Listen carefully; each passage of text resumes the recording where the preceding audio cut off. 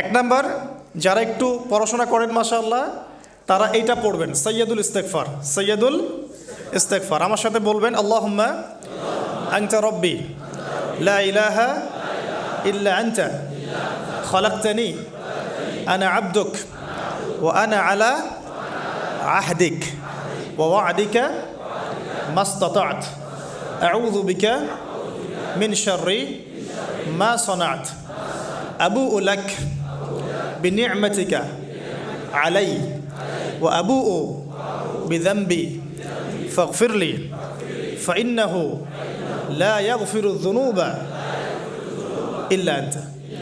এই যে আমরা গত লেকচারে বলেছিলাম যে আমাদের ইবাদতগুলো অন্তঃসার শূন্য হয়ে যাচ্ছে এই কারণে, বিকজ আমরা অর্থটা বুঝি না।